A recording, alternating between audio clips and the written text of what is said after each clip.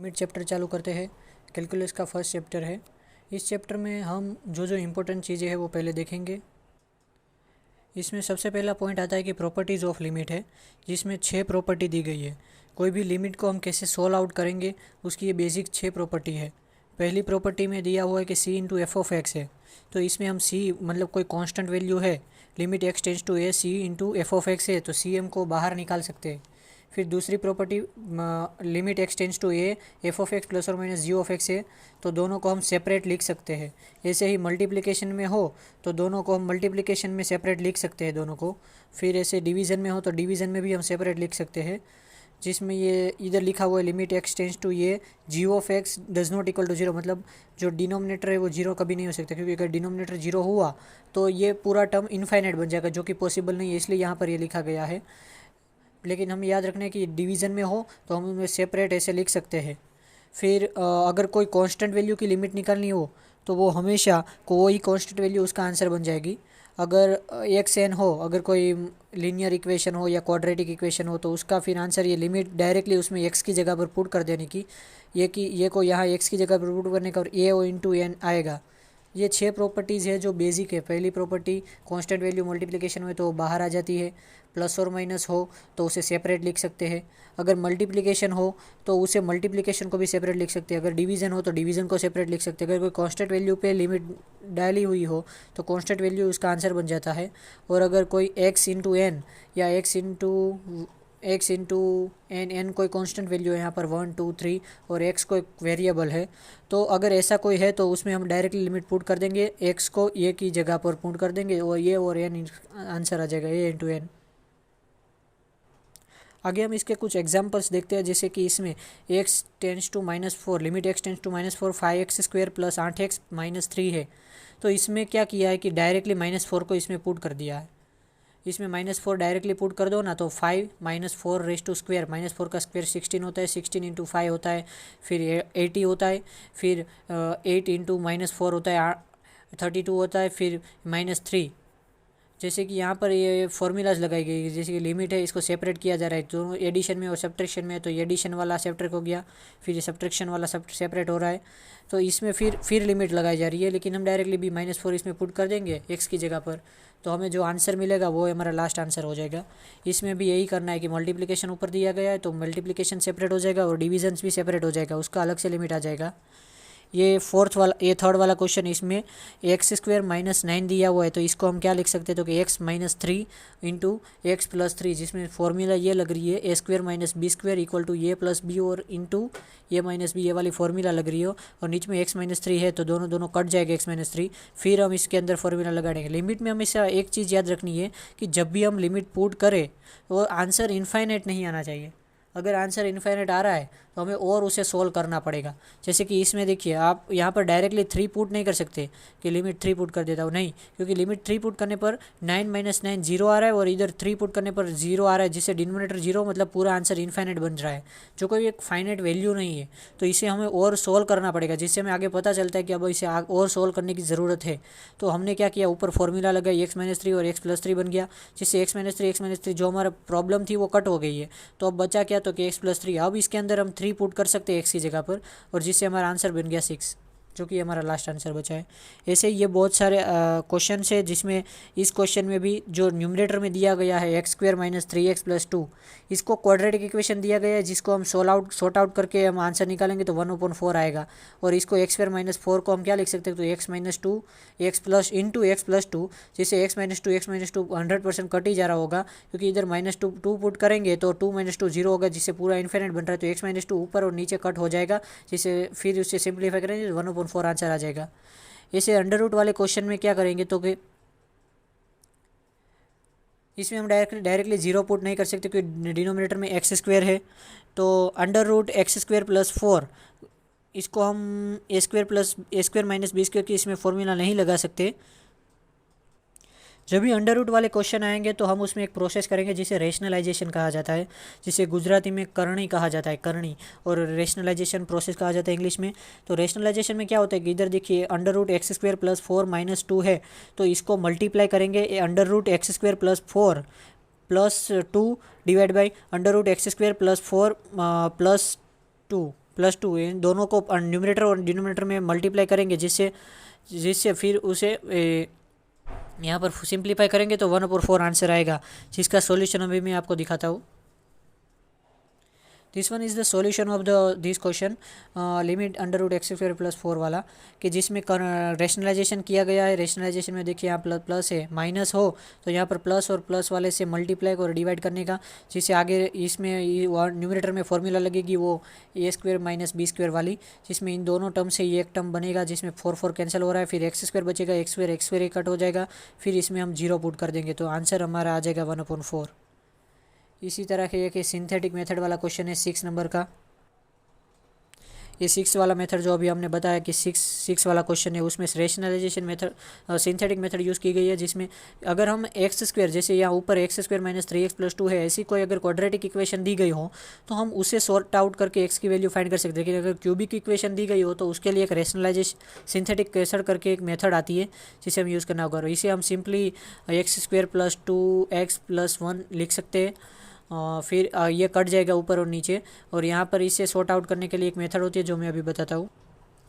ये वो वाली मेथड है जिसमें हमें पहले तो क्या करना है, जो यहाँ पर हमें जो उसके कोएफिशिएंट से जो हमें x³ वो दी गई है इक्वेशन, उसके कोएफिशिएंट लिख देने का, 1 - 1 - 5 - 3 ऐसे लिख देने का।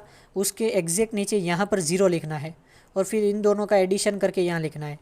ये -1 कहाँ से आया, तो कि -1 पहले हमें एक फाइंड करना होगा कि कभी भी x³ वाली इक्वेशन दी गई हो तो उस इक्वेशन में हमें ऐसी वैल्यू पुट करनी है कि जिसको पुट करने से 0 हो जा रहा हो, पूरा इक्वेशन 0 हो जा रहा है। तो अगर उस इक्वेशन में हम -1 पुट कर रहे हैं तो पूरी इक्वेशन की वैल्यू 0 हो रही है। ये हम चेक करेंगे, -1 पुट करके आज पूरी इक्वेशन की वैल्यू 0 बन जाएगी। फिर इन दोनों का मल्टीप्लिकेशन होगा। यहाँ देखिए एडिशन करके 1 बचा, 1 + 0 मतलब 1 हुआ। इन दोनों का मल्टीप्लिकेशन जो आएगा वो यहाँ रखेंगे, और फिर इसका इन दोनों का एडिशन करके यहाँ रखेंगे, इन दोनों का फिर से मल्टीप्लिकेशन करके यहाँ, इन दोनों का एडिशन करके यहाँ, इन दोनों का फिर से मल्टीप्लिकेशन करके यहाँ, और लास्ट में हमारे पास 0 बचेगा। और ये जो हमारा बचा वो हमारी एक क्वाड्रेटिक इक्वेशन बनेगी। और यहाँ पर -1 है तो इसे हम क्या लिख सकते हैं, x + 1 लिख सकते हैं। x = -1 आया है क्योंकि अगर वो एक -1 उस इक्वेशन को सेटिस्फाई कर रहा है तो इसका मतलब वो भी एक इसका रूट ही है। तो इसको हम क्या लिख सकते हैं, x + 1 लिख सकते हैं। इधर -1 आया तो +1 लिख सकते हैं, x + 1 ऐसा इक्वेशन में लिख सकते हैं। और ये एक हमारी क्वाड्रेटिक इक्वेशन के कोएफिशिएंट ये 3 बन गए हैं। यहाँ पर दिखा है x + 1 और x² - 2x - 3, और डिवाइड में भी वो हमें सिंप्लीफाई करें तो x + 1 कट रहा है। तो ये फिर इसे हम इसमें हम पुट करेंगे x - 1, तो हमारा पुट करेंगे तो -4 आंसर आ जाएगा। ऐसे ही और कुछ क्वेश्चन है जिसके यहाँ पर आपको सॉल्यूशन दिए गए हैं। ये लास्ट वाला क्वेश्चन में इसमें क्या किया गया है कि 1, इसमें भी रेशनलाइजेशन किया है 1 + cos x और 1 + cos x है। फिर ऊपर फॉर्मूला बन रही है तो 1 - cos x² x हुआ। फिर यहाँ पर x sin x, 1 + cos x, तो यहाँ sin x/x कैसे हुआ ये मैं आपको बताता हूँ कि ये एक फॉर्मूला होती है कि cos² x + sin² x = 1 होता है। तो इधर 1 - cos² x है तो cos, इसकी जगह पर हम sin² x लिख सकते हैं। तो sin² x में से एक sin x और इसमें से एक sin x कट जाएगा तो sin x/x बचेगा, और इसके डिवाइड में 1 + cos x भी बचेगा। तो इन दोनों को हमने ये दोनों मल्टीप्लिकेशन डिवीज़न में है तो हम दोनों ने इसका लिमिट अलग कर लिया। फिर क्या करेंगे तो इसके अंदर 0 लिमिट पुट कर देंगे तो हमारा आंसर लास्ट में बन रहा है 1/2। इसके अंदर दोनों में ये दोनों एक साथ ही है, यहाँ डिवीज़न की निशानी आएगी। फिर हमने इसमें लिमिट पुट किया, इसमें भी लिमिट पुट किया, तो हमारा आंसर लास्ट में 1/2 आ रहा है। अब तक हमने जो डिस्कस किया वो 1 या 2 मार्क्स में आ सकता है। अब हम डिस्कस करेंगे द सैंडविच थियरम। ये एक सैंडविच थियरम है जिसमें ये सिर्फ याद रखने का है कि इसकी क्या कंडीशन क्या होती है। एक क्वेश्चन भी ये नीचे दिया गया है जो इसके आधार पर किया गया है। Limit x tends to a g(x) = limit x tends to h(x) = f(a). ऐसा अगर हो रहा है g(x) और h(x) के लिए f(a) हो रहा है, अगर उसके limit x tends to a करने पर, तो ये पक्की बात है कि limit x tends to a f(x) = f(a), f(x) के लिए भी f(a) होगा। लेकिन ये कब होगा, जब g(x) <= f(x) <= h(x), ये ऑर्डर फॉलो करे तब ये होगा।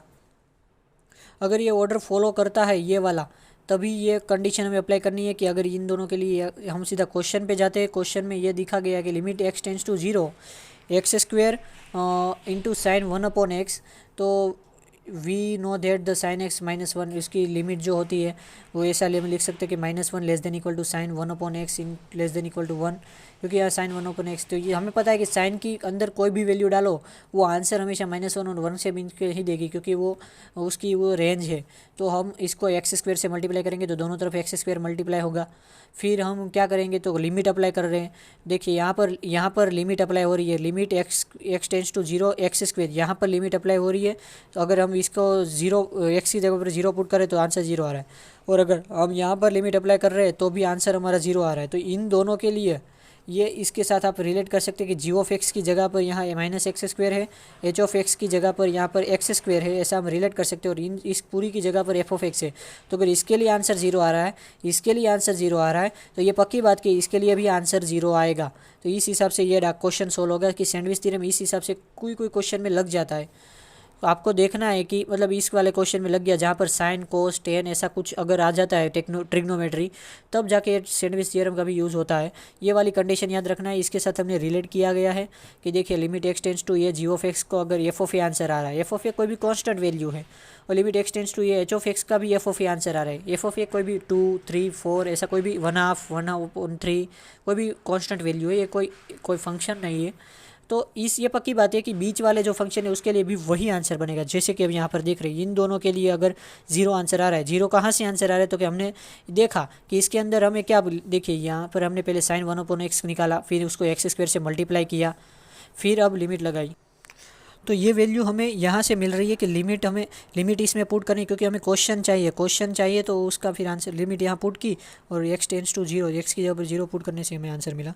ये दूसरा वाला क्वेश्चन है जो भी इसी से सोल्व होगा कि limit x tends to f(x) क्या है। मतलब इसमें लिमिट x टेंस टू 2 लगाया तो इसमें भी लगेगा, इसमें भी लगेगा, हम इसमें लगा रहे तो इन दोनों में लगेगा। तो लिमिट x टेंस टू 2 इसमें ट्राई करो, लिमिट x टेंस टू 2 इसमें ट्राई करो, दोनों के लिए 10 आंसर आ रहा है देखिए।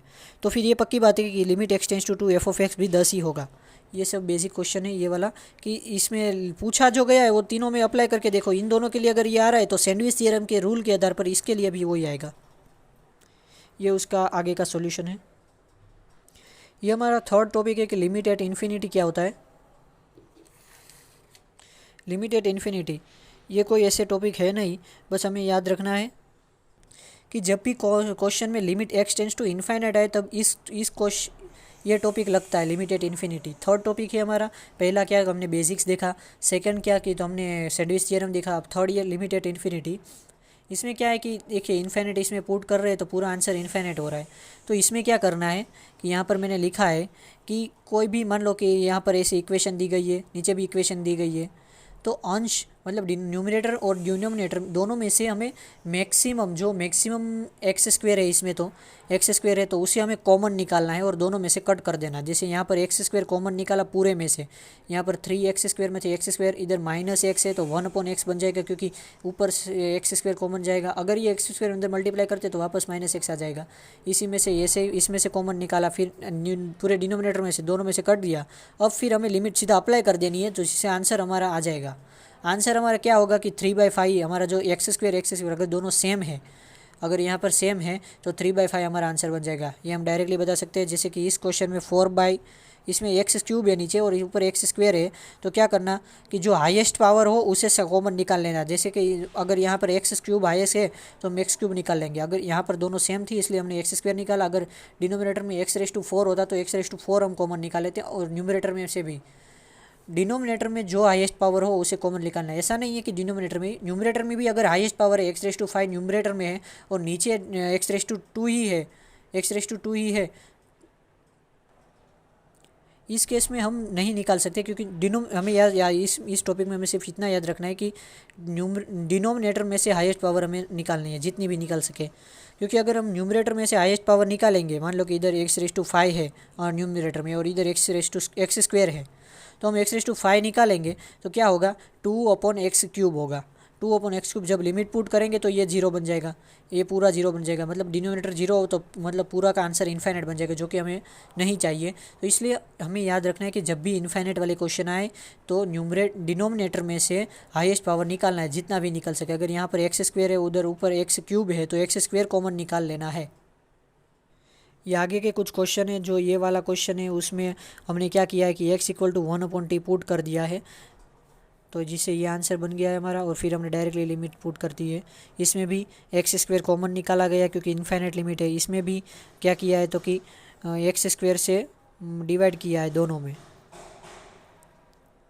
मतलब एक तरह से एक्स कॉमन निकाला है हमने इसमें, क्योंकि इसमें से अगर मान लो हमें क्या एक्स कॉमन निकालना है तो क्या इधर 1/x² आ जाएगा और एक्स स्क्वायर 0 हो जाएगा, मतलब ये आ जाएगा, मतलब 2 + 1/x²। एक्स कॉमन निकाला है और यहाँ डिनोमिनेटर में से भी एक्स कॉमन, एक्स कट गया तो हमारे लास्ट में ये बचता है, इसमें अंदर लिमिट पुट करेंगे तो हमारा आंसर आ जाएगा, मतलब डिनोमिनेटर में से कॉमन निकालना है हाईएस्ट पावर।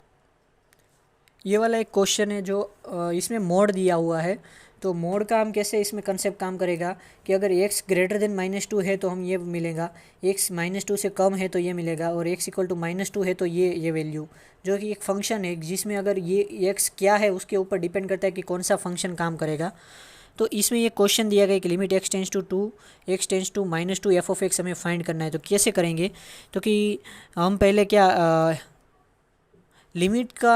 लिमिट फाइंड करने के लिए हमें एक रूल होता है कि left handed limit, right handed limit, और ये दोनों लेफ्ट हैंडेड लिमिट और राइट हैंडेड लिमिट अगर इक्वल हो रही है तो समझ लो कि वो लिमिट उस पॉइंट पे लिमिट एग्जिस्ट कर रही है।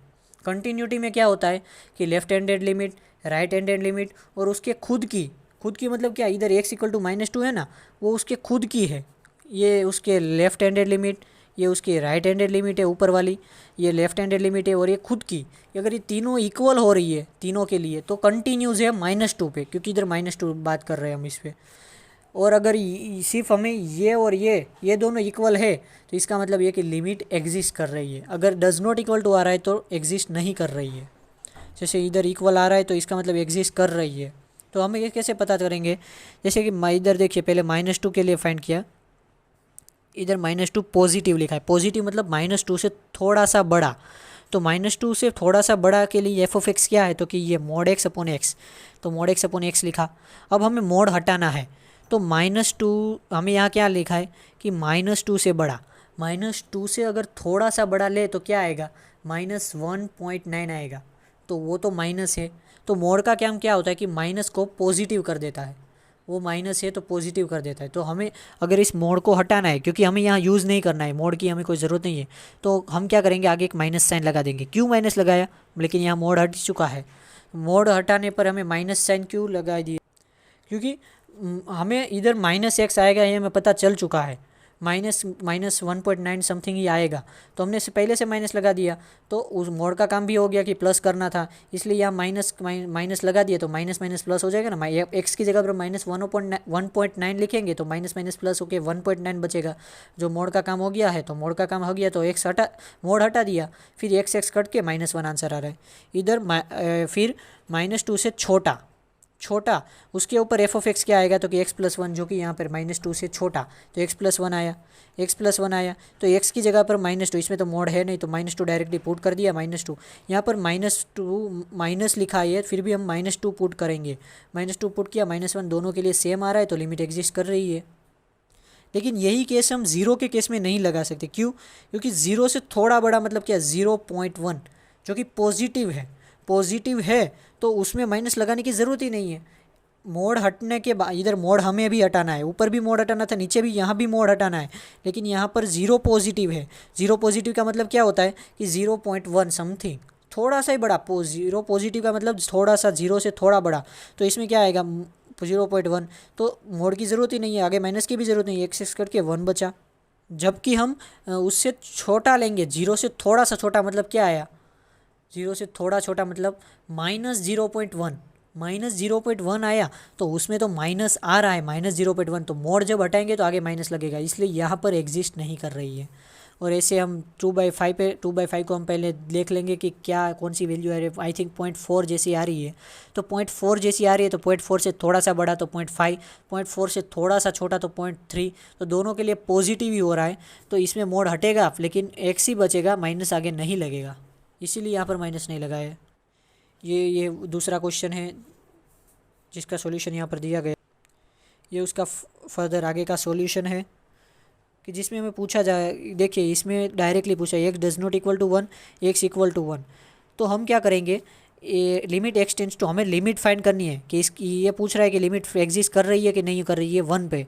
तो हमें क्या करेंगे, limit x tends to 1 plus f of x, limit x tends to 1 minus f of x. इसमें एफ ऑफ एक्स की जगह पर हम क्या रखें, क्योंकि उस क्वेश्चन में, आगे वाले क्वेश्चन में पता था हमें कि इससे छोटा है तो एल एच एस में ये आएगा, इससे बड़ा है तो एफ ऑफ एक्स की जगह पर आर एच एस में ये आएगा। लेकिन इसमें तो कुछ दिया ही नहीं है, तो हमें ये देखना है कि एक्स इक्वल टू 1 है, इधर x does not equal to 1 है, तो 1 तो इधर बात नहीं हो रही है, 1 से बड़ा हो रहा है, 1 से छोटे की बात हो रही है, तो हम दोनों में एक्स क्यूब ही रखेंगे।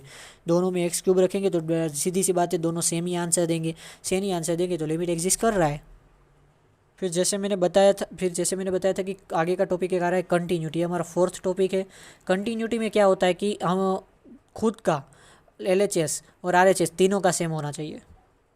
देखिए यहाँ पर लेफ्ट हैंडेड लिमिट खुद का और राइट हैंडेड लिमिट, इसमें लिमिट नहीं, f of c directly put कर देने का। यहाँ पर लिखा गया है कि तीनों का अगर सेम हो रहा है, लेफ्ट हैंडेड पॉजिटिव के लिए, नेगेटिव के लिए एफ ऑफ सी आंसर दे रहा है, एफ ऑफ सी इसके लिए भी एफ ऑफ सी आंसर दे रहा है, तो हमारा आंसर वही बन जाएगा। जैसे कि इसमें क्वेश्चन दिया गया है, इसमें एक्स क्यूब दिया गया है, तो -2 हमने डायरेक्टली पुट कर दिया, क्योंकि पूरा इनफाइनाइट नहीं हो रहा है, -2 डिनोमिनेटर में पुट करने से -1/11 आंसर आया। इसमें क्या करेंगे, तो इसमें हमने क्रॉस मल्टीप्लिकेशन कर दिया, जो बचा वो नीचे ले लिया, इस तरह से क्वेश्चन सोल्व किया। इसमें रेशनलाइजेशन किया गया है, इस क्वेश्चन में रेशनलाइजेशन किया गया है पूरा। इस क्वेश्चन को न्यूमरेटर को से एक्सपांड किया गया है और नीचे भी एक्स को कॉमन लिया गया है, फिर जो x-2 कट हो रहा है, फिर आगे फर्दर सिंप्लीफाई हो रहा है। ये वाला एक क्वेश्चन है जिसमें -2 से छोटा, -2 से बड़ा और -2 से इक्वल, दोनों -2 से इक्वल की जब बात करेंगे तब भी ये इक्वेशन यूज़ करेंगे, तो -2 से बड़े की बात करेंगे तब भी ये यूज़ करेंगे, -2 से छोटे में ये वाली इक्वेशन यूज़ करेंगे। देखिए यहाँ पर लिमिट एक्स वाई टेंस 6 पे पूछा गया है कि कंटिन्यूज है कि नहीं, तो 6 पॉजिटिव में क्या होता है, तो कि -2 से बड़ा ही 6 पॉजिटिव होगा, तो ये वाला लिया 1 - 3y। 6 नेगेटिव क्या होगा, 6 से छोटा, थोड़ा सा छोटा, मतलब 5.9 की बात कर रहा है, तो वो भी -2 से तो बड़ा, तो इसमें भी हम यही यूज़ कर रहे हैं। क्यों, क्योंकि 5.9 -2 से बड़ा होता है, इस इक्वेशन इस रेंज में आ रहा है, तो हम ये यूज़ करेंगे, ये यूज़ नहीं करेंगे ऊपर वाली। क्यों, क्योंकि इस रेंज में आ रहा है तो इसलिए ये यूज़ किया, तो दोनों के लिए सेम आंसर आया। अब उसके खुद के लिए करना पड़ेगा, तब कंटिन्यूज होगा। ये लिमिट एग्जिस्ट कर रही है, देखिए ये एल एच एस और आर एच एस दोनों सेम है, लिमिट एग्जिस्ट कर रही है। अगर हमें कंटिन्यूज देखना है तो हम क्या करेंगे, एफ ऑफ ए आएगा, तो फिर 6 के लिए भी यही होगा, यही इक्वेशन आएगा, क्योंकि ये इसमें आ जा रहा है, इसमें ही आ जा रहा है 6 वाला, तो फिर उसके लिए भी है, तो कंटिन्यूज हो रहा है। यहाँ पर लिमिट एग्जिस्ट कर रही है 6 के लिए, ये -2 से बड़ा, -2 से छोटा, दोनों में अलग अलग इक्वेशन आ रही है। फिर यहाँ पर लिमिट एग्जिस्ट नहीं कर रही है, ये वाले क्वेश्चन में भी लिमिट का ऐसे ही क्वेश्चन है। आपको सिर्फ एक कंसेप्ट समझ जाना है कि कंटिन्यूटी में क्या होता है, फिर क्वेश्चन कोई भी बदल जाए उससे फ़र्क नहीं पड़ता, वो आंसर हम निकाल लेंगे। लेकिन अगर एक कंसेप्ट पता है कि हमें एल एच एस ढूंढना है, आर एच एस ढूंढना है, फिर खुद की वैल्यू ढूंढनी है, तीनों को अगर इक्वल आ रहा है तो कंटिन्यूस है, और नहीं आ रहा है, कोई एक भी नहीं आ रहा है तो डिसकंटिन्यूस है। अब डिसकंटिन्यूटी, डेफिनेशन ऑफ डिसकंटिन्यूटी क्या होता है, तो वो limit x tends to 3 f of x, ये वाला क्वेश्चन देख के आप समझ जाएंगे डिसकंटिन्यूटी क्या होता है। कि इसमें एक्स टेंस टू 3 को हमने पुट किया है, 3 को पुट किया है, तो ये वाला 6,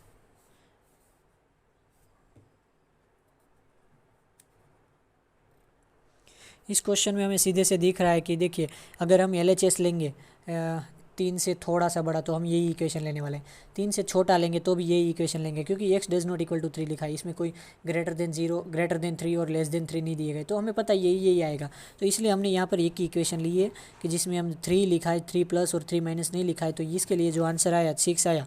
और एफ ऑफ 3 क्या आया, इधर हमने आगे बात की थी एफ ऑफ 3, तो एफ ऑफ 3 भी क्या है, एफ ऑफ 3 भी है 6, तो दोनों अगर इक्वे हो रहे हैं तो इसका मतलब यही है कि तीनों इक्वल हो रहे हैं, क्योंकि ये जो है आंसर, ये जो आंसर है ये पॉजिटिव के लिए भी और नेगेटिव के लिए, क्योंकि हम यही इक्वेशन लेने वाले हैं एट द एंड, इसलिए हमने लिमिट एक्स टेंस टू 3 करके हमने दोनों का शॉर्ट में आंसर ख़त्म किया है। तो ये दोनों सेम है तो कंटिन्यूस है x इक्वल टू 3 पे। लेकिन यहाँ पर देखिए लंबा किया गया, क्योंकि इसमें ग्रेटर देन दिया गया है, ग्रेटर देन इक्वल टू दिया गया और लेस देन किया गया। लेस देन के लिए हम ये यूज़ करना पड़ेगा, ग्रेटर देन के लिए भी ये यूज़ करना और इक्वल टू के लिए भी। तो इसमें क्या किया, 0 से बड़ा एफ ऑफ एक्स, तो हमने ये इक्वेशन लिया, 0 से छोटा तो एफ ऑफ एक्स हमने ये इक्वेशन यूज़ किया। अब ज़ीरो के लिए कौन सा, तो कि हमें f of zero equal to 2 answer आ रहा है, क्योंकि आगे हमने क्वेश्चन में देखा था। तो इसमें देखिए कि इक्वल नहीं हो रहा है, तीनों अलग अलग आ रहा है, तो इसमें कंटिन्यूस नहीं है। कहाँ पर कंटिन्यूस नहीं है? एक्स इक्वल टू ज़ीरो पे कंटिन्यूस नहीं है। इसमें देखिए, इसमें भी वही क्वेश्चन है कि डज नॉट दिया गया, तो पता है हमें कि limit x tends to 2 plus के लिए अभी यही इक्वेशन लिखना पड़ेगा एफ ऑफ एक्स की जगह पर, और limit x tends to 2 minus के लिए भी एफ ऑफ एक्स की जगह पर यही लिखना पड़ेगा। तो हमने लिमिट एक्स टेंस टू 2 करके ये इक्वेशन लिख दिया। उसके लिए कोई के आंसर आ रहा है, के आंसर आ रहा है, तो इसे फर्दर सिंप्लीफाई करेंगे। इसमें देखिए सिंप्लीफाई करें, जो जो निकल रहा है। फिर क्या कर रहे हैं, 4 इसमें लिमिट पुट कर दी, तो के की वैल्यू क्या आई, 1/2 आई। इसमें पहले से दिया गया है कि कंटिन्यूस है, कंटिन्यूस है का इसका मतलब क्या है कि इन दोनों का वैल्यू इक्वल होगा। लिमिट जो हमें पता ही है कि ये और ये इक्वल होगा, क्यों, क्योंकि पहले से दिया गया है कंटिन्यूस है। अब कुछ डिसकंटिन्यूस के टाइप्स है।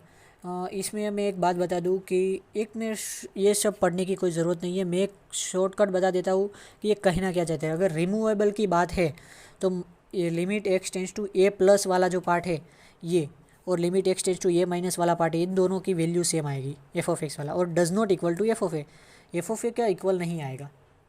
ये यही कहना चाहता है एक रिमूवेबल डिसकंटिन्यूटी, कि इन दोनों का सेम आता है, और अगर ये नहीं आता है सेम उसके साथ, तो फिर रिमूवेबल डिसकंटिन्यूटी है, उस क्वेश्चन में रिमूवेबल डिसकंटिन्यूटी है। जैसे कि ये क्वेश्चन सॉल्व करेंगे तो आपको पता चल जाएगा कि इसमें रिमूवेबल डिसकंटिन्यूटी, क्योंकि अगर हम जीरो से बड़ा ले रहे, जीरो से थोड़ा सा बड़ा तो ये वाला इक्वेशन, जीरो से छोटा बड़ा तो ये वाला इक्वेशन, दोनों में अगर जीरो पुट करेंगे तो यही आंसर, क्योंकि इक्वेशन दोनों में सेम है तो ये आंसर सेम आएगा। लेकिन अगर हम एफ ऑफ ए ले रहे हैं तो ज़ीरो आंसर आ रहा है, क्योंकि इसमें हमारा 1 आंसर आ रहा है, क्योंकि प्रॉपर्टी है साइन एक्स की जगह पर ज़ीरो पुट करें तो ये इसमें ऐसा है कि अगर इन दोनों का ये लेफ्ट हैंडेड और राइट हैंडेड का सेम हो, लेकिन वो उसके खुद के ऊपर उसके साथ इक्वल ना करे, ये उसका है। फिर सेकंड आती है डिसकंटिन्यूटी ऑफ फर्स्ट काइंड। पहले में हमने क्या बताया, लेफ्ट हैंडेड और राइट हैंडेड इक्वल, और वो सेटिस्फाई ना करे। इसमें क्या होगा कि लेफ्ट हैंडेड और राइट हैंडेड भी इक्वल ना करे। स्टेप बाय स्टेप हमें आगे बढ़ना है। उसमें LHS और RHS इक्वल हो रहा है, इसमें LHS और RHS भी इक्वल नहीं हो रहा है। इसमें हो रहा था, इसमें नहीं हो रहा है। एफ ऑफ ए की तो बात ही छोड़ दो, और फिर इसमें तो एग्जिस्ट ही नहीं कर रहा है, इन्फाइनाइट ही आ रहा है। अगर हम पुट कर रहे हैं तो एग्जिस्ट ही नहीं कर रहा है, इन्फाइनाइट आ रहा है। ये उसका एक क्वेश्चन है जो दिया गया है। अब चौथा टॉपिक हमारा थर्ड डिस्क टाइप्स में मिक्स डिसकंटिन्यूटी। मिक्स डिसकंटिन्यूटी क्या होता है कि एक जो पॉजिटिव वाला है वो एग्जिस्ट कर रहा है, नेगेटिव वाला वो एग्जिस्ट नहीं कर रहा है, मतलब एक एग्जिस्ट कर रहा है एक एग्जिस्ट नहीं कर रहा है, अथवा दूसरा एग्जिस्ट कर रहा है वो पहला वाला एग्जिस्ट नहीं कर रहा है। ऐसा अगर मिक्स है कि एक एग्जिस्ट कर रहा है एक एग्जिस्ट नहीं कर रहा है, तो हमारा ये मिक्स डिसकंटिन्यूटी है। इन्फिनिटी में क्या हो रहा है कि कोई LHS है तो वो हमारा प्लस इन्फिनिटी आ रहा है, RHS भी प्लस इन्फिनिटी आ रहा है, कोई एक भी प्लस इन्फिनिटी या माइनस इन्फिनिटी कुछ भी आए तो इन्फिनिटी डिसकंटिन्यूटी हो जाता है वहाँ पर। ये 4 टॉपिक है, चारों एक दूसरे से अलग है। अगर हमें सिर्फ इसकी कंडीशन याद रखनी है कि रिमूवेबल में क्या होता है, तो कि LHS RHL इक्वल होता है, और f does not equal to f of a होता है। फिर हम दूसरे में आते हैं डिसकंटिन्यूटी ऑफ फर्स्ट काइंड में। उसमें क्या होता है तो कि LHS और RHL भी डज नॉट इक्वल टू, वहाँ पर f of a does not equal to हो रहा था, इसमें LHS और RHL भी डज नॉट इक्वल टू हो रहा है। फिर डिसकंटिन्यूटी ऑफ सेकंड काइंड में आते हैं, तो इसमें क्या होता है कि इसमें एग्जिस्ट ही नहीं कर रहा है, मतलब इनफाइनाइट आ रहा है कुछ टाइप से। ये डिसकंटिन्यूटी में सेकंड काइंड और इन्फिनिटी डिसकंटिन्यू दोनों एक जैसा ही लग रहा है, लेकिन फिर भी हम इसे अलग समझेंगे, क्योंकि क्वेश्चन ऐसा नहीं आएगा कि मिक्स कंटिन्यूटी है या डिसकंटिन्यूटी ऑफ सेकंड काइंड है या इन्फिनिटी डिसकंटिन्यू। हमें मोस्टली क्वेश्चन रिमूवेबल का ही आता है। तो ये थोड़ा अटपट है कि दोनों क्या बोले, इन्फिनिटी भी बोल सकते हैं और सेकंड काइंड भी बोल सकते हैं। तो मिक्स डिसकंटिन्यूटी में क्या होता है कि एक एग्जिस्ट कर रहा है एक एग्जिस्ट नहीं कर रहा है। फिर ये सक्सेसिव डिफरेंशिएशन आता है, जिसकी कुछ फॉर्मूलाज है, वो फॉर्मूला अगर हमें याद है तो इसमें क्वेश्चन हो जाएगा। तो ये वो पेज है जिसमें फॉर्मूलाज दी गई है, ये सारी फॉर्मूलाज है जिसमें आपको मैंने जो टिक की है ये फॉर्मूला हमको याद रखनी पड़ेगी। कैसे भी याद रखो, देखिए इसमें e⁻x है तो e⁻n बाहर आ रहा है, और e⁻x का वही रह रहा है। a⁻x है तो log a⁻n बन रहा है, और a⁻x ऐसे ही रह रहा है। इसमें ये वाली फॉर्मूला याद रखने की कोई ज़रूरत नहीं है। n greater than 0 के लिए हमेशा 0 आएगा, अगर n फैक्टोरियल टू a⁻n आएगा सेम हो तो m इक्वल टू -1। ये मोस्टली हमेशा यूज़ होने वाली फॉर्मूला यही है, -1/n n फैक्टोरियल a⁻n। ऐसे ये वाली फॉर्मूला याद रखना, ये नीचे simplify -1/n n factorial into a⁻n divide by x plus b⁻n+1। और इसी इसी फॉर्मूला में अगर n की जगह पर n-1 कर दे तो ये वाली फॉर्मूला आ जाती है लॉग वाली। देखिए इसमें n+1 है, यहाँ पर n की जगह n-1 रख दे तो -1 और 1 कट हो जाएगा, तो इसमें n बच रहा है। तो ये दो फॉर्मूला बहुत आईएमपी है, ये वाली कभी कभी यूज़ होती है, बाकी ऊपर वाली कभी कभी यूज़ होती है। ये आगे की कुछ फॉर्मूलाज है, साइन की फॉर्मूला है, कोस की फॉर्मूला है, e⁻x sine bx plus c की फॉर्मूला है, और कोस की, ये दोनों सेम ही फॉर्मूला है, ये दोनों भी सेम ही फॉर्मूला है। आप देखिए n π/2 इसमें सिर्फ साइन के अंदर ऐड हो रहा है, इसमें भी n π/2 ऐड हो रहा है, क्योंकि इसमें a=1 और b=0 है, तो इसमें भी n π/2 ऐड हो रहा है। नीचे एक क्वेश्चन भी दिया गया है कि ये वाला क्वेश्चन को हम कैसे सोल्व करें। तो पहले हमें ये स्टेप याद रखने पड़ेंगे कि क्योंकि क्वेश्चन में अगर ये आ गया एग्जाम में तो हम कैसे पता चलेगा कि इसको कैसे फर्दर सिंप्लीफाई करेंगे। तो हमें भी याद रखना होगा कि 2a-a-x किया गया था इस क्वेश्चन में, और फिर आगे जाके हमें 2a+x को अगर हम न्यूमरेटर में ले जाते हैं a+x⁻1 ये बच रहा है। तो फिर हम अब इसका डिफ्रेंशिएशन कर रहे हैं, nth डिफ्रेंशिएशन कर रहे हैं, तो हमें वो फॉर्मूला यूज़ करनी पड़ेगी जो इसके लिए, जिसमें ये a है वो आपका b है और x क्या है तो आपका x×1 है। तो उसके हिसाब से आपको फॉर्मूला लगानी है और लास्ट में आंसर आ जाएगा। ये आपका दूसरा क्वेश्चन है जिसको हम सिंप्लीफाई करेंगे। ये आपको सिंप्लीफाई किया है और क्वेश्चन को सोल्व किया। इसमें कुछ वो वाली फॉर्मूला भी लग रही है कि फ्रैक्शन पार्ट्स हो रहा है, पार्शियल डिफ्रैक्शन हो रहा है।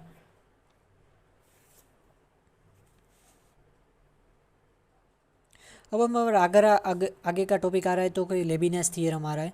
लेबिनियस थ्योरम क्या होता है तो कि NC0 UN V NC1 UN-1, इसमें एक कम हो रहा है, इसमें एक बढ़ रहा है, ऐसे आगे आगे चल रहा है। तो yn nth डेरिवेटिव है n0 UN-V plus n1 UN-1 V1, ऐसे ही आगे बढ़ रहा है। तो nth डेरिवेटिव क्या होगा x² log x, अगर ऐसा पूछ रहा है हमें तो इसका nth डेरिवेटिव फाइंड करने के लिए हमें ये प्रोसेस यूज़ करना पड़ेगा। Here we given the u I. आप इस टॉपिक में अगर एक बार ये देख लेते हो कि आपको कैसे लिखना है तो आपको आइडिया आ जाएगा कि हमें क्वेश्चन कैसे लिखना है। तो कि इस using the standard form of nth derivative un है, तो इसका nth डेरिवेटिव करना है तो log x का। हम इसमें u और v कैसे पसंद करेंगे, देखिए u हम ऐसा ही पसंद करेंगे जिसकी हमारे पास फॉर्मूला हो, और v ऐसा पसंद करेंगे कि जिसका डिफरेंशिएशन जल्दी हो जा रहा हो। देखिए कि यहाँ पर v का डिफरेंशिएशन हमें पता है, x² हमने क्यों लिया क्योंकि इसका डिफरेंशिएशन हमें पता है कि इसका एक बार डिफरेंशिएशन करेंगे तो 2x बचेगा, दूसरी बार डिफरेंशिएशन करेंगे 2 बचेगा, थर्ड बार डिफरेंशिएशन करेंगे तो हमारा 0 बचेगा। जैसे 2x 2 और 0 बच रहा है। आगे ये क्वेश्चन लिखने की ज़रूरत नहीं है, लेकिन u हम कैसा लेंगे जिसके फॉर्मूला हो nth डेरिवेटिव की, क्योंकि हमें पहला टर्म ही लिखना है एक फॉर्मूला के अंदर, वो n लिखना है, फिर n-1 लिखना है, फिर n-2 वाला लिखना है। तो क्या करेंगे nth डेरिवेटिव वाला ले लिया, इसमें अब n की जगह पर n-1 रख देंगे जिससे un-1 आ जाएगा, n की जगह पर n-2 रख देंगे तो un-2 वाला टर्म आ जाएगा। अब फॉर्मूला में ये सारे टॉपिक पुट कर देने और सिंप्लीफाई करना। जैसे ये फॉर्मूला में याद रखनी है, फॉर्मूला के अंदर सारे टर्म पुट कर देने जिससे हमारा आंसर ये याद रखना है कि n0 क्या होता है तो कि 1 होता है, हमें डायरेक्टली याद रखना है। n1 क्या होता है तो कि n×n-1 factorial divide by n-1 factorial, तो कि ये कट हो जाएगा तो हम बाद में n बचेगा। n1 क्या होता है तो कि n आता है आंसर। n2 होता है तो क्या n×n-1 डिवाइड बाई 2 फैक्टोरियल। ये हमें याद रखना है कि n और 2 NC, इसे तो NC2 बोला जाता है, लेकिन यहाँ पर ऐसा लिखा गया है तो उसको हम डायरेक्टली ये लिख सकते हैं। तो इस फॉर्मूला में डायरेक्टली वो पुट कर देना है, फिर सिंप्लीफाई करते जाना है।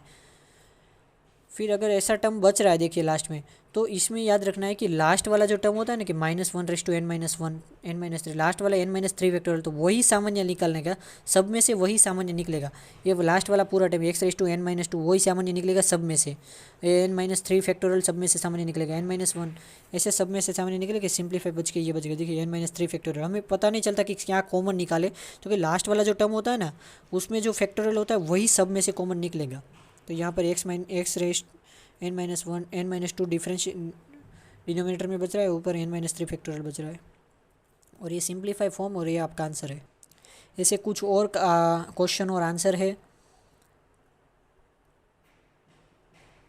ये कुछ और को क्वेश्चन पूछे गए जो कि यही nth डे, ये उसके सॉल्यूशन है।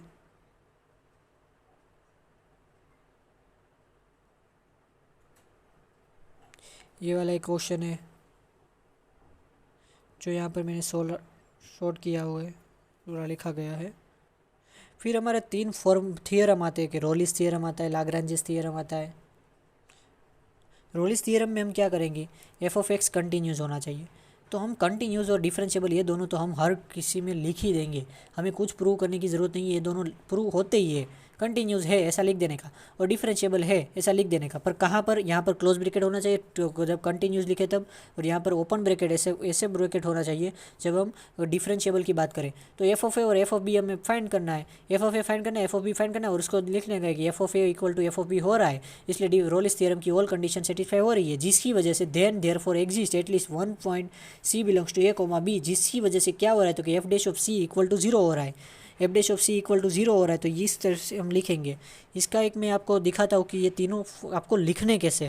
ये लाग्रांजेस थ्योरम की कंडीशन आ गई है, वीटी ये CMVT Cauchy mean value theorem की condition, Cauchy mean value theorem की कंडीशन आ गई है, जिसमें ये क्वेश्चन दिया गया है। अगर आप ये पेज पूरा याद रखते हो कि जैसे ये रोलिस थ्योरम का पहले एग्जांपल दिया गया है कि हमें स्टेप बाय स्टेप कैसे लिखना है, तो पहले ये लाइन लिखनी है, फिर ये लाइन में हम ये दिखा रहे हैं कि कंटिन्यूस और डिफरेंशिएबल है, और कहाँ पर आ रहे तो ऊपर क्लोज ब्रैकेट में 2,4 लिखा है जो कि हमें क्वेश्चन में दिया होगा, और यहाँ पर ओपन ब्रैकेट में 2,4 लिखा है जो कि हमें क्वेश्चन में, ये लाइन सब में चिपका देनी है। फिर यहाँ सिर्फ यहाँ चेंजेस हो गए। फिर एफ ऑफ एक्स के जो हमें इक्वेशन दी गई है उसे एफ ऑफ एक्स नाम देंगे, उसमें ए की वैल्यू ये जो यहाँ पर ये पहला होगा उसे ए कहेंगे, दूसरा होगा उसे बी कहेंगे, तो पुट करनी है जो आए टू पुट करनी है। तो here f of 2 equal to f of 4 हो रहा है, जिससे here all condition of Rolle's theorem satisfy, then there exist at least one point c belongs to 2,4 f dash of c equal to 0, ऐसा आ रहा है। तो जिससे हम क्या लिखेंगे, f of x equal to, जिसमें हम वो लास्ट में हमें जो कंडीशन दी गई थी ना कि f dash of x equal to 0 हो जाएगा, f dash of c equal to 0 हो जाएगा, तो हम यही करेंगे। एफ ऑफ एक्स दिया गया है, एफ डैश उसका डिफ्रेंशिएशन एक बार करेंगे, तो फिर f dash of c x की जगह पर सी पुट करेंगे, तो अब इसको 0 कर देंगे, इसको 0 किया तो 2c माइनस 6 इक्वल टू 0 आ गया, तो फिर सी की वैल्यू मिल गई हमें, सी की वैल्यू उसके लिए मिल रही है, रोलिस थ्योरम सेटिस्फाई हो रहा है, उसके बाद हम सी की वैल्यू निकाल के आ जाएंगे। हम यही करना है तीनों थ्योरम में। देखिए ये लाइन लिखेंगे लाग्रांजेस के लिए, ये है ये क्वेश्चन एग्जाम्पल कि आपको एग्जाम में कैसे लिखना है। मेन बात वही है कि एग्जाम में हमें कैसा लिखना है, तो कि ऐसे लिखना है कि पहले ये लिखेंगे तो कंटिन्यूस और डिफरेंशिएबल आ रहा है, फिर हमने लिख दिया है कि लाग्रांजेस थ्योरम अब सेटिस्फाई हो रहा है, तो क्या करेंगे, इसमें सिर्फ 2 ही कंडीशन है, तीसरी कंडीशन नहीं है, इसलिए हम आगे नहीं कर रहे f of a f of b वाला। इसमें अब आगे लिखेंगे then there exist at least one point c belongs to 4,6 such that f dash of x equal to f of b minus f of a divide by b minus a, ये उसका, जिसमें वो आगे वाले क्वेश्चन में f of c equal to 0 हो रहा था, इसमें ये f of c equal to ये हो रहा है, f of b minus f of a divide by b minus a. तो एफ ऑफ बी की वैल्यू फाइंड करेंगे, एफ ऑफ ए की वैल्यू फाइंड करेंगे बी, और ये तो हमें क्वेश्चन में दिया गया है, तो सारी वैल्यू फाइंड करके हम रुक देंगे, इसके अंदर रख देंगे, और सी की वैल्यू हम फाइंड करके निकाल आएंगे। फिर CMVT में भी यही करना है कि पहले दिया गया ये लिखेंगे तो हमें पता चल जाएगा कंटिन्यूस है, डिफरेंशिएबल है, तो आगे हमने लिख दिया CMVT विल बी सेटिस्फाई। फिर आगे ये उसका फर्दर सिंप्लीफिकेशन है कि then there exist at least one point, यहाँ पर लास्ट में c बिलोंग्स टू 2,4 होना ही चाहिए, जो c हमारा वैल्यू लास्ट में फाइंड करते हैं वो इस रेंज के अंदर होनी चाहिए। CMVT वेरीफाई हो गया। इसी हिसाब से इसमें यह कंडीशन दी गई f of b minus f of a, जैसे आगे में गए f dash of c equal to 0, तो इसमें एफ डैश ऑफ सी अपन g dash of c equal to ये होना चाहिए, तो सारी वैल्यू हम फाइंड करेंगे और फिर इस पर पुट कर देंगे, सी की वैल्यू फाइंड कर लेंगे सिंप्लीफाई करके। यही सारे क्वेश्चन में करना। लास्ट में हमें लास्ट टॉपिक आ रहा है मैक्सिमा और मिनिमा। मैक्सिमा और मिनिमा कैसे फाइंड करेंगे, देखिए एक प्रोसेस होता है मैक्सिमा और मिनिमा फाइंड करने का। कोई भी हमें पहले मैं बोल रहता हूँ, कोई भी हमें इक्वेशन दिया गया है, एफ ऑफ एक्स दिया गया है, उसका एक बार डिफरेंशिएशन करेंगे, जो एफ डैश ऑफ एक्स मिलेगा, एफ डैश ऑफ एक्स को इक्वल टू 0 कर देंगे, हमें एक्स की 2 वैल्यू मिलेगी। फिर क्या करेंगे, हम एफ डैश ऑफ एक्स जो हमें मिला था उसको हम दूसरी बार डिफरेंशिएशन करेंगे, तो F double dash of x मिलेगा। एफ डबल डैश का ऑफ एक्स इक्वल टू जो इक्वेशन मिली और offer F dash of x को 0 करने से जो हमें 2 एक्स की वैल्यू मिली थी, वो 2 वैल्यू मिली थी, अगर क्यूबिक बन रहा होगा तो 3 वैल्यू मिली होगी वहाँ पर। अगर F dash of x cubic equation होगी तो 3 वैल्यू मिली होगी, तो वो जितनी भी वैल्यू मिल रही है उस वैल्यू को हम f double dash of x में पुट करेंगे, एक एक वैल्यू पुट करेंगे। अगर ग्रेटर देन आंसर आ रहा है, अगर F double dash of x में वो वैल्यू पुट करने से ज़ीरो से अगर बड़ा आंसर आ रहा है तो आपको एफ डैश ऑफ एक्स में उस वैल्यू पर आपको मिनिमम पॉइंट मिलेगा, मतलब आपको वो वाला पॉइंट मिलेगा, लोकल मिनिमम मिलेगा उस पॉइंट पे। अगर लेस देन ज़ीरो आ रहा है तो मैक्सिमम पॉइंट मिलेगा। यह हो गया। अब इन जो मैक्सिमम मिनिमम कहाँ पर किस पॉइंट पे मिलता है वो हमें पता चल गया। अब अगर हमें मैक्सिमम और मिनिमम वैल्यू फाइंड करनी है, वैल्यू, तो क्या करेंगे, ये जो हमें पॉइंट मिल गए पता है कि मान लो कि एफ डैश ऑफ एक्स को इक्वल टू ज़ीरो पुट करने से 2 और 5 हमें x equal to 2 x equal to 5 ये 2 पॉइंट मिले। अब इसे हम f double dash of x में पुट करेंगे। पुट करने से 2 के लिए हमें ग्रेटर देन ज़ीरो मिल रहा है, 5 के लिए हमें लेस देन ज़ीरो मिल रहा है। तो हमें पता चल गया कि 2 के लिए मिनिमम वैल्यू हमें मिलेगी, इस फंक्शन में हमें मिनिमम वैल्यू मिलेगी। इस फंक्शन में अगर हम 2 को पुट करेंगे, फिर हमें क्या करना है, 2 को जो हमारा मेन एफ ऑफ एक्स वाला जो फंक्शन था उसके अंदर हमें पुट कर देना है, जिससे हमें मिनिमम वैल्यू मिल जाएगी, जो इस फंक्शन में सबसे हम एक्स की वैल्यू बदलते रहेंगे और मिनिमम वैल्यू जो मिलेगी वो मिल जाती है। फिर अगर 5 को पुट करेंगे तो मैक्सिमम वैल्यू जो मिलती है वो मिल जाएगी। अब ग्लोबल मैक्सिमम और ग्लोबल मिनिमम कैसे फाइंड करेंगे, तो कि ये दो वैल्यू तो हमने पुट करके जो वैल्यू निकाल ली एफ ऑफ एक्स में पुट करके, अब जो हमें काउंस में दी गई होती है ए और बी की वैल्यू, मान लो काउंस में दी गई होती है कि इस रेंज में आना चाहिए, वो दो वैल्यू को भी एफ ऑफ एक्स में पुट करो और फिर उसके लिए भी कोई आंसर निकलेगा। अब इन चारों आंसरों में से जो आंसर सबसे बड़ा होगा, मान लो कि हमने काउंस में दिया गया है 4 और 6 दिया गया है, 2 और 5 हमने पुट कर दी थी, ये चारों वैल्यू पुट करने पर हमें 5 के लिए सबसे बड़ा आंसर मिल रहा है, 5 के लिए सबसे बड़ा आंसर मिल रहा है 25 मिल रहा है एफ ऑफ एक्स में पुट करने से, और बाकी में 30 बाकी के लिए 10 11 13 और इसके लिए 25 मिल रहा है। तो ग्लोबल मैक्सिमम पॉइंट हमारा ये होगा, और 11 जिसके लिए आंसर मिल रहा है वो हमारा ग्लोबल मिनिमम पॉइंट होगा।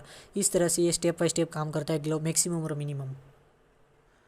ये एक मेथड हुई जो हमारा सेकंड डेरिवेटिव टेस्ट हुआ। फर्स्ट डेरिवेटिव टेस्ट आप यहाँ पर लिखा हुआ है, फर्स्ट डेरिवेटिव आप देख सकते हो।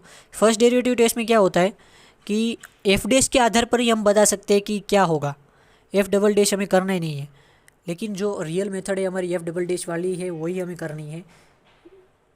लेकिन यहाँ पर एक क्वेश्चन दिया गया है जिसका हम लोकल मैक्सिमम और लोकल मिनिमम फाइंड करना है। तो क्या किया, एफ डैश ऑफ एक्स किया, फिर क्या किया, तो कि इसको ज़ीरो पुट किया तो एक्स की वैल्यू 0 मिली और एक्स की वैल्यू 3, दो वैल्यू मिल गई। जैसे मैंने आपको बताया था एफ डैश ऑफ एक्स जो इक्वेशन मिली है उसको 0 पुट कर देंगे एफ डैश ऑफ एक्स को, और यहाँ पर जो इसको सॉल्व करेंगे दो वैल्यू मिलेगी।